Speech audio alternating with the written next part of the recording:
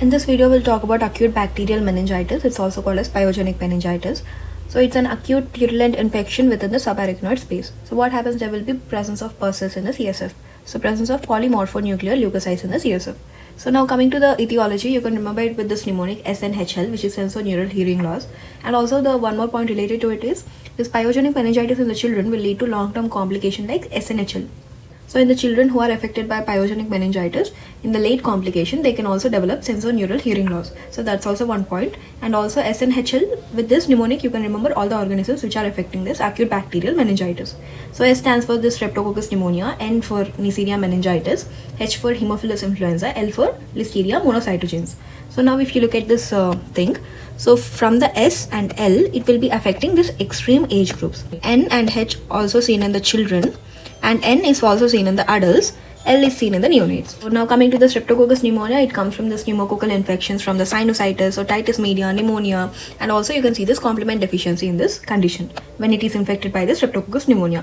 And now coming to the Neisseria meningitis, again you can see this complement deficiency, hypogammaglobulinemia. And the specific thing which you can see for this Neisseria meningitis is, so this petechial rashes are present in the Neisseria meningitis. So when you take the biopsy from this petechial rashes, you can see this organism which is Neisseria meningitis. And now coming to the Listeria monocytogenes, it's also seen in the extreme age group neonates and the immunocompromised patients. So what happens, this organisms colonize the nasopharynx first, and through the tight junctions, it is transported across the epithelial cells. And then it goes to the choroid plexus, and then the CNS. So when the streptococcal infections like sinusitis, otitis media, pneumonia, all will be occurring in the lung, right? So through the nasopharynx, it goes to the lung. And from the lung, through the tight junctions, it will be going to the choroid plexus. So from the choroid plexus, you will look at this bacterial meningitis. If you see the pathogenesis, first there is invasion of the subarachnoid space. This microorganisms from the lung will be going into this choroid plexus, and from the choroid plexus, it will reach the subarachnoid space of the CNS, right? So what happens, these organisms will go into the subarachnoid space, it will multiply, and whenever these organisms are multiplying, they are getting the infection. So what happens, the patient takes this antibiotics, right? So this antibiotics will be acting against these organisms and breaks it, right? So it will cause a lysis of these organisms. So whenever the cell wall of this organism is broken, it will release few things like endotoxin, teichoic acid. So this endotoxin and the teichoic acid will irritate our immune system, which will cause this inflammatory cytokines. So what does our cytokines do? It will increase the permeability of the blood-brain barrier and also alters the blood flow to the cerebrum and also production of this free radical damage. So now what happens, all this microbacterial infection and also our immune response, which is like production of inflammatory substances, mediators, cytokines, all this will be reaching pyarachnoid membrane. So in the pyarachnoid membrane, there will be infiltration by these inflammatory cells. So when all these inflammatory cells are together, it will form pus, right? So pus are formed in the layers in the pyarachnoid membrane. It getting organized and form adhesions. So now what happens when the pus is filled in the CSF? It will obstruct the free flow of CSF, right, which will be leading to obstructive hydrocephalus and also damage the cranial nerves. All this vasogenic edema, cerebral ischemia is caused, obstructive hydrocephalus, cytotoxic edema, stroke, seizures, all this will be coming, cell deaths, and intracranial pressure will be rising, and coma is also seen in the end stages. So this is the pathogenesis. Now if you look at the clinical features, first there will be fever, nuchal rigidity, fever with chills, headache. The rash is specifically seen in Neisseria meningitis, right?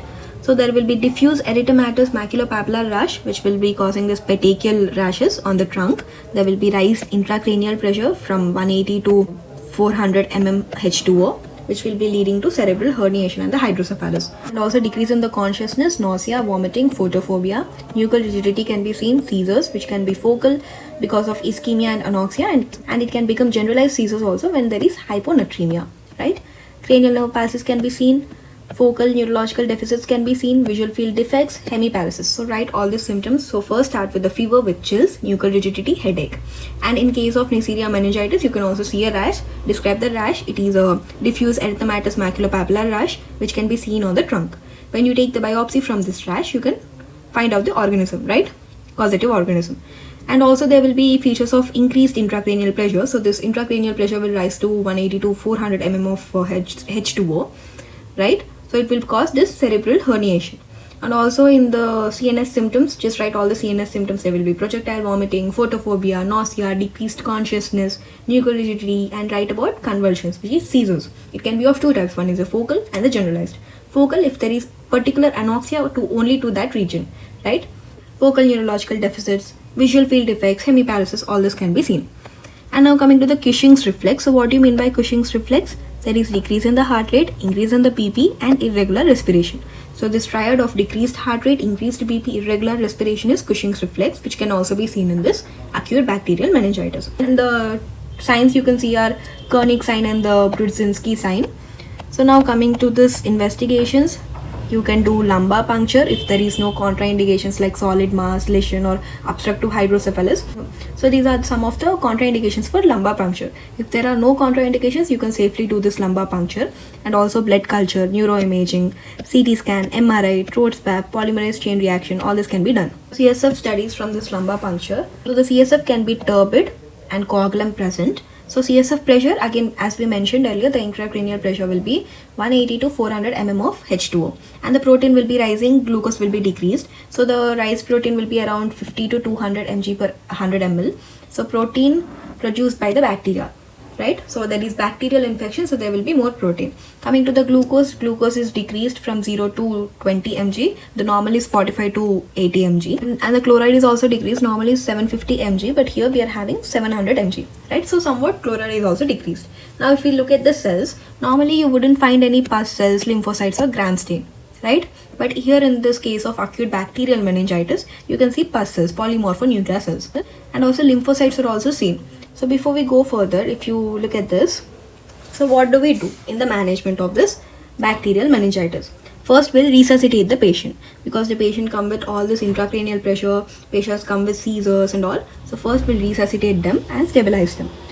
So after doing that, you'll do this initial test like blood culture, throat swab, PCR. So once you do this initial steps, immediately start this empirical treatment till you get this culture reports, right? So because we do not know what the organism is, we'll just start this empirical treatment to everyone. And afterwards do the lumbar puncture after like 12 hours or something.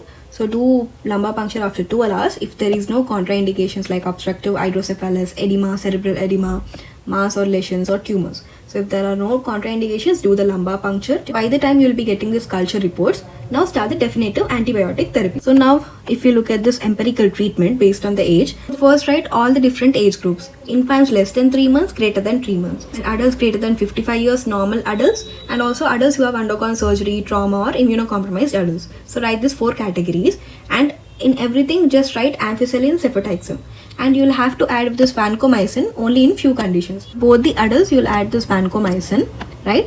And for the infants greater than 3 months you'll add this vancomycin. Coming to this definitive treatment, which is based on this causative organism, because of Neisseria meningitis, you can give them penicillin G if they are penicillin sensitive, and if they are penicillin resistant you can give them ceftriaxone for 1 week. Now coming to streptococcus pneumonia, again you can see this penicillin sensitive, you can give them penicillin G. If they are penicillin intermediate, you can try ceftriaxone. If they are penicillin resistant, try ceftriaxone plus vancomycin, right? Now coming to the third one, which is gram negative except pseudomonas, ceftriaxone can be given. But if there is any pseudomonas, not only in this condition but whenever you see this organism pseudomonas, just write meropenem. Just remember it, pseudomonas meropenem, pseudomonas aeruginosa meropenem. So now coming to staphylococcus, if it is methicillin sensitive, you can give them napcillin or methicillin because it is sensitive to methicillin.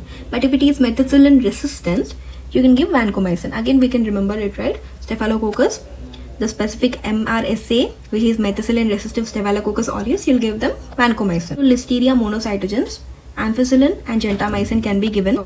So here Listeria monocytogenes, gentamicin.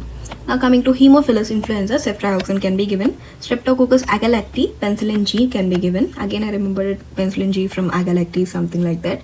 And for bacterioids you can give metronidazole. Fusobacterium also metronidazole can be given. This SNHL, so first two you'll give them penicillin resistant or penicillin sensitive. If they are penicillin sensitive, give them penicillin G. If they are not penicillin sensitive, give them ceftriaxone, right? Coming to H, Haemophilus influenza, again ceftriaxone. Coming to L, Listeria monocytogenes, so gentamicin is given and also ampicillin can be given. So we are done with these 4 things. Now coming to pseudomonas, the only drug we have to remember is meropenem, right? Meropenem can be given. All the other gram negative other than pseudomonas, again ceftriaxone. So now coming to Streptococcus agalacti, right? Penicillin G.